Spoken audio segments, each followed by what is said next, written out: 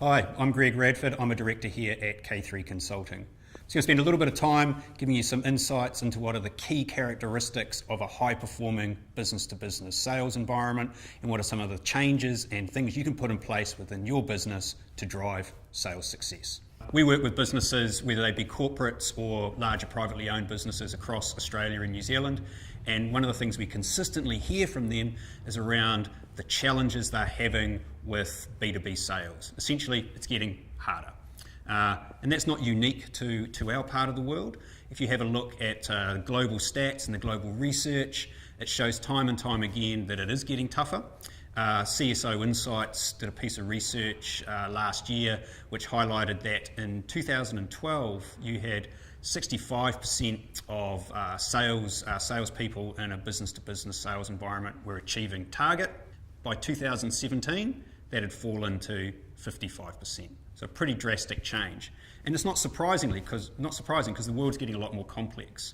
The average number of buyers involved in making a business-to-business purchase decision these days in Asia Pacific is slightly over 7.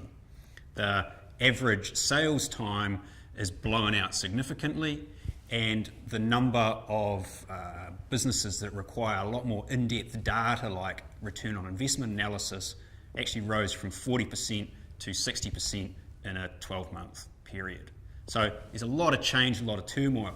There are some key basic fundamentals that we see that high-performing, top-performing business-to-business sales organisations have in place to overcome some of that. They've got a really clear, laser-like focus on who their key target markets are. One of the challenges that a lot of businesses fall into when they get under a bit of pressure, they start trying to sell all things to all people. Now, that you're on a road to destruction pretty quickly. So you have laser-like focus and clarity on those key markets because not every piece of business is created equal. You've got to identify what your key points of difference are and focus on those and create messages around those. One of the other key areas that we see with high-performing sales teams is they have a systemised sales approach which they can replicate. And now that is aligned to a customer's buying journey. So I'll give you an example. We worked with a business last year, highly complex industrial product that they sell, and this business was turning over hundreds of millions of dollars. But they'd seen over the last 3 years ongoing sales decline of sort of 3 to 5% per annum. When we looked at that, we identified that there were some key changes that had gone on in the markets that they were selling into, which had impacted the way that those organisations were purchasing product or services. By tweaking and aligning their sales process, we're able to increase their sales results, reduce their sales timeframes, and increase the number of their salespeople who were achieving target. Now they turned around that sales performance, and into the second year are now seeing double-digit sales growth. In the business-to-business sales environment, you have to be really clear on where your revenue is going to come from. What are the key strategies you're going to be pursuing? We see a lot of businesses fall into the trap of going, we need more sales, let's generate more sales opportunities.